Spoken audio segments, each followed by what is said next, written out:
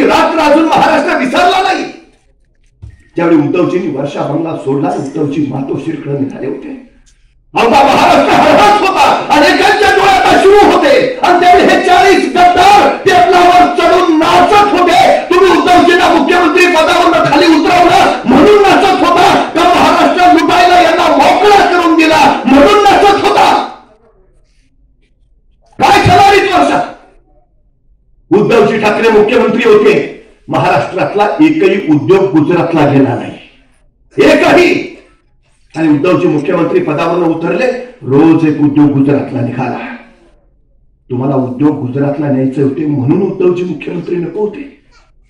काय अवस्था यात? IFC सेंटर गुजरातला, वेदांता फॉक्सकॉन गुजरातला, सॅफ्रॉन प्रकल्प गुजरातला, टाटा एअरवेज परवा महाराष्ट्राच्या नाकावर टिचून पंतप्रधानांनी वडोदऱ्यात त्याचं उद्घाटन केलं। लाखो तरुणांना नोकऱ्या देणारा जो उद्योग महाराष्ट्रात होणार होता गुजरातला, एअर इंडियाचं कार्यालय गुजरात।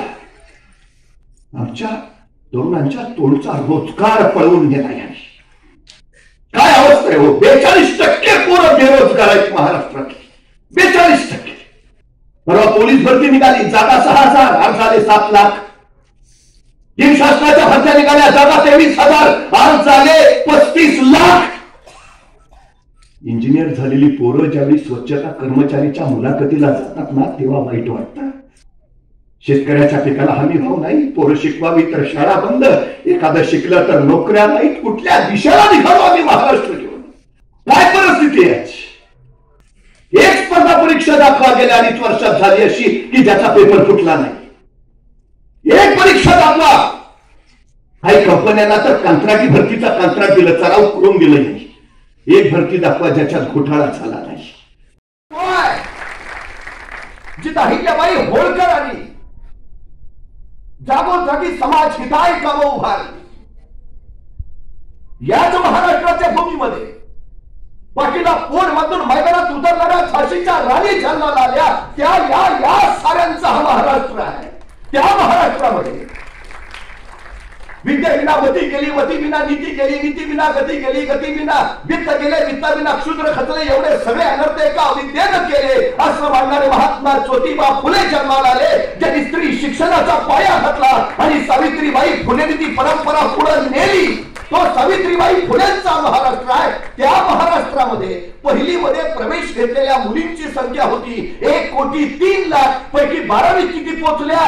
फक्त 20 लाख। म्हणजे पहिली ते 12वी या शिक्षण प्रवाहातनं बाहेर किती मुली फेकल्या गेल्या?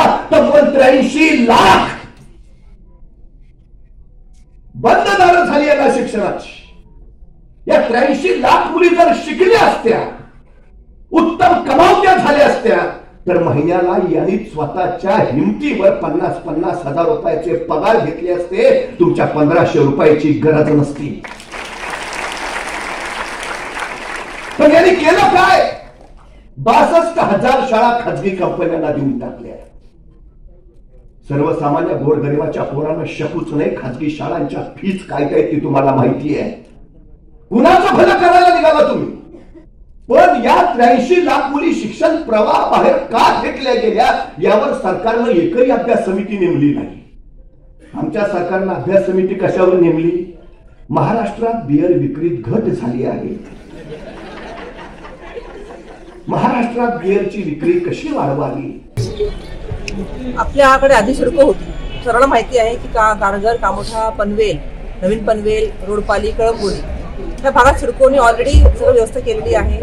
इन्फ्रास्ट्रक्चर सिडकोने तयार केलेलं आहे, म्हणजे रस्ते, लाईट, पाणी, drainage, footpath, skywalk, bridges, police station, railway station, central park, golf course, हे सगळ्या सुविधा सिडकोने ऑलरेडी दिलेल्या आहेत। म्हणजे डेव्हलपमेंट झालेलं आहे, फक्त मेंटेन करण्याचं काम महानगरपालिकेचं आहे। महानगरपालिका तेव्हा स्थापना आपण होती करायची। आम्हाला माहिती होतं की पनवेलमध्ये जर महापालिका आपली खारघर गेलं महानगरपालिकेमध्ये तर आपली अवस्था घरकी ना घाटकी होणार आहे। आपल्याला आपलं स्वतंत्र वेगळी महापालिका पाहिजे होती। आपलं काय म्हणणं होतं की आम्हाला पनवेलमध्ये नकोय, खारघर एक वेल डेव्हलप सिटी आहे आणि वेल प्लॅन सिटी आहे।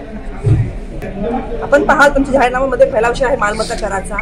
आपण कधीच म्हणलं नव्हतं की आम्हाला मालमत्ता कर पाहिजे किंवा महापालिका पाहिजे, तर आपल्यावरती सांगितल्याप्रमाणे मालमत्ता कर लादला गेलेला आहे आणि तो कर असा लादलेला आहे की भरपूर आहे। बाजूची जी महानगरपालिका असेल, नवी मुंबई असेल, कुठे पण इतका घर कुठेच लावलेलं नाही. फक्त शहर मेंटेन करण्यासाठी तुम्ही इतका जर लावणार असाल तर हा चुकीचा आहे, अन्यायकारक आहे. ह्याला आम्ही विरोध केलेला आहे. आणि येणाऱ्या काळामध्ये आपली सत्ता आल्यानंतर पहिल्या जनरल बॉडी मीटिंग मध्येच आम्ही हा कर कमी करून घेणार आहोत. 500 कमी घरांना कर माफ करणार आहोत. शेकापांनी खरं तर बंडखोरी केलेली आहे. उरणमध्ये त्यांचा नसताना त्यांनी त्यांचे प्रीतम म्हात्रे इथे उभे केलेले आहेत. त्याच्यामुळे कुठेतरी उद्धव साहेबांना हा स्टँड इथे घ्यावा लागला आहे. आणि आज ते सगळं जनतेची दिशाभूल करतायत आणि उद्धव साहेबांचा फोटो लावून दाखवतात की महाविकास आघाडीचे घटक पक्ष आहेत ते सोबत आहे. पण खरंच तर उद्धव साहेब पूर्णपणे वेगळे आहेत आणि शिवसेनेच्या वतीने मला अधिकृतपणे मशाला चिन्हावरती उमेदवारी मिळालेली आहे. त्याच्यामुळे कुणी त्याच्या भूलथापांना बळी पडू नये हेच जनतेला आव्हान करेल. ते जनतेची दिशाभूल करतायत. खरं तर त्यांच्याकडे जो सिंबल आहे तो कुठला आहे? शिट्टी. म्हणजे ती कुठलं अधिक सिंबल नाहीच आहे.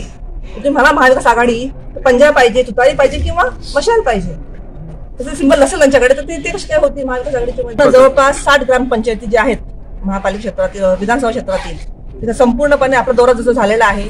कालच आम्ही रामदास भाई आम्ही सर्वजण मिळून बरेचसे आपले महापालिका क्षेत्रातील सर्व गावं आपण कव्हर केलेली आहेत.